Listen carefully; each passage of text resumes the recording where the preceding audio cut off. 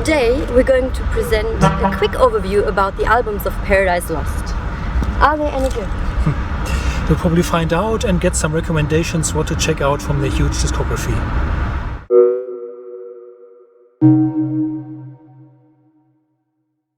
Around the year 2000, Paradise Lost went through a phase of experimenting with electronics and programming. In a nutshell, the old fans were like, and the band were like.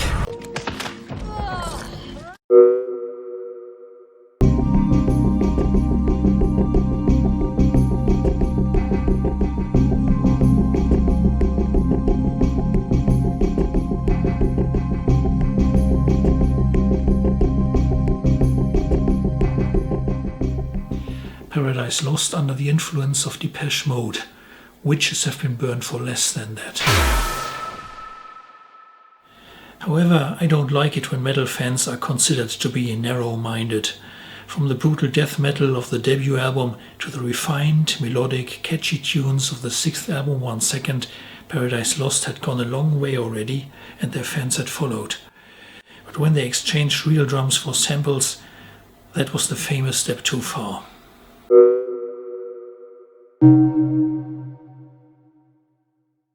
The debut album. When it was released, the press compared them to both Thrower and the current wave of death metal.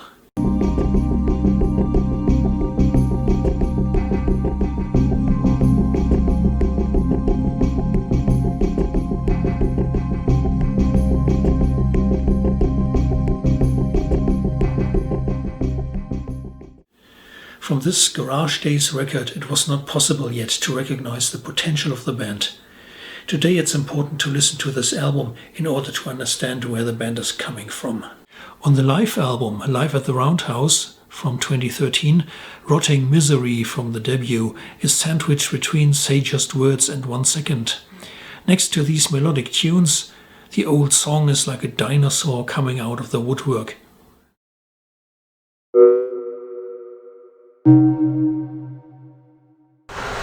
Calling out in shame, silence ingrained, crying out your name. Something wrong, but beautiful. So beautiful. After the 3 albums of the electronic period, Paradise Lost returned in 2005 with their studio album number 10, simply entitled Paradise Lost, because it was to redefine what the band should sound like back to the glory days. It was hailed as a new beginning, but personally I think the songs were not as memorable as those from Draconian Times.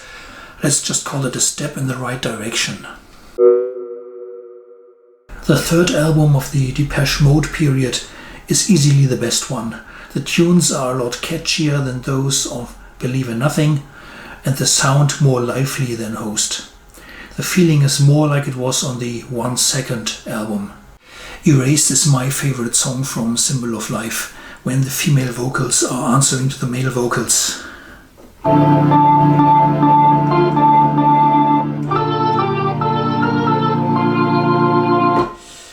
Works really well.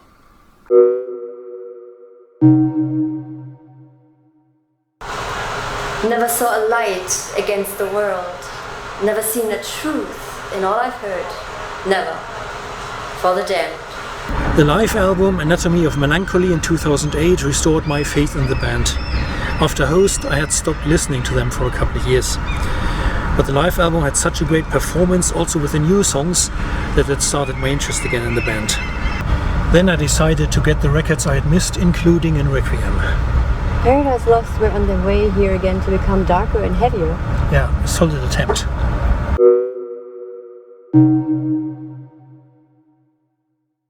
This is one of the more accessible records of the band. With its melodies, more guitar-orientated, and the sadness in the lyrics, it gives you pretty much what you'd expect from the band who made Icon.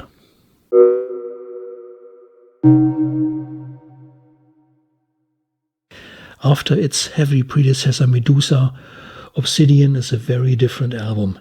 It goes into the Gothic rock direction, with songs like Ghosts and Hope Dies Young, for example, more melodic and light-weighted. You'll find some of the wailing guitars you remember from Draconian Times days. On the Plague Within, Nick Holmes does his meanest death growls since over 20 years. Do your worst! Victim of the Past begins quietly, then erupts into a doom metal massacre. Beneath Broken Earth is massive. Cry Out is based on a classic Black Sabbath riff. And it's altogether a great doom metal album.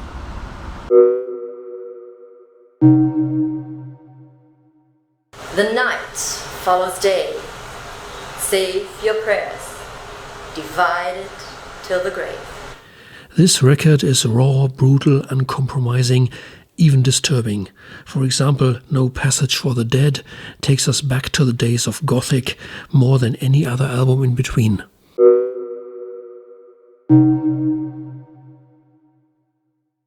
I confess, I didn't really like this album when it came out. I had been a fan of the band's heavier albums, and Draconian Times seemed even more commercial than Icon. Metal fans don't like it when they suspect a band to be commercial, because they believe that metal bands should be extreme and rebellious instead of appeasing a market. On the other hand, there is nothing wrong with making music a lot of people enjoy. As far as I know, this is the album which sold more copies than any other Paradise Lost release. Tracks like The Last Time, Once Solemn, and the darker Forever Failure are among the best.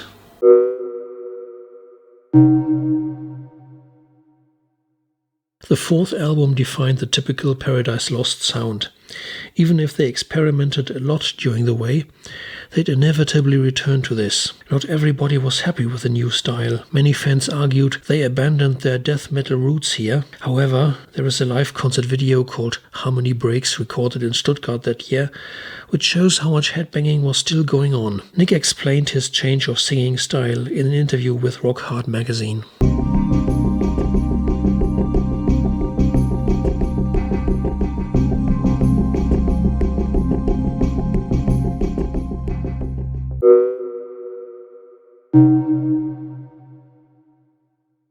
Tragic Idol is my favorite album from the past 10 years, although it's a bit hard to explain why. Metal Hammer magazine calls it remetalized in a subtle way. I like that description, and Worth Fighting For is a good example for that. Fear of Impending Hell is my favorite track. The video for Honesty in Death shows a wasteland with destroyed buildings where everybody just hangs himself. So now I'll show you a picture of a cat to cheer you up a little bit at this point.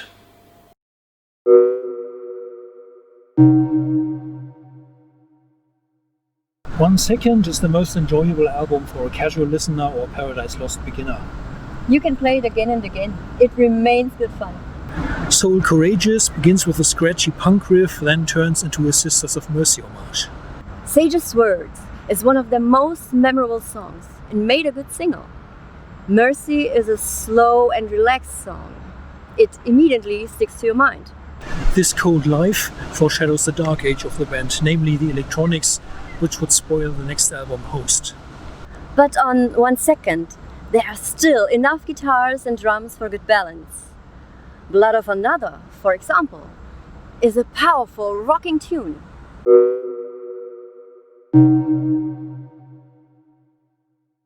Gothic, the album which revealed the ambition of the band. Dark metal with operatic female vocals hadn't been done by anyone else before, except Celtic Frost. It was new, it was fascinating, impressive, provocative even. If the album appears a bit less experimental today, it's only because a lot of bands picked up this album for inspiration and started to work in similar ways. I bought it on the day it was released, a pressing in red vinyl. Colored vinyl was rarely done around 1990, when CDs took over. You might say that black would suit this album more than most though.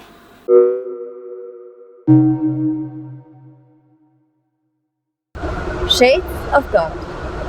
This is Paradise Lost at their doomiest. Put in use our mightiest weapon, the Doom Machine. If the first album had shown their death metal influences, you could tell from this record that they also knew Candlemass, Trouble, St. Vitus. In the early 90s, there was a second wave of doom metal, with bands like Cathedral and My Dying Bride, and Paradise Lost was right there at the start. Mortals Watch the Day sets the dark mood for the record. Pity the Sadness is a powerful monster. Your Hand in Mine, slowly creeping in on you, is one of their finest Doom tracks ever. As I Die, the final track, became their first hit. It's a must-have album. Oh, you're still here? Well, if you've watched this feature, you can believe me that some Paradise Lost records aren't all bad, so have fun while checking them out. And see you next time.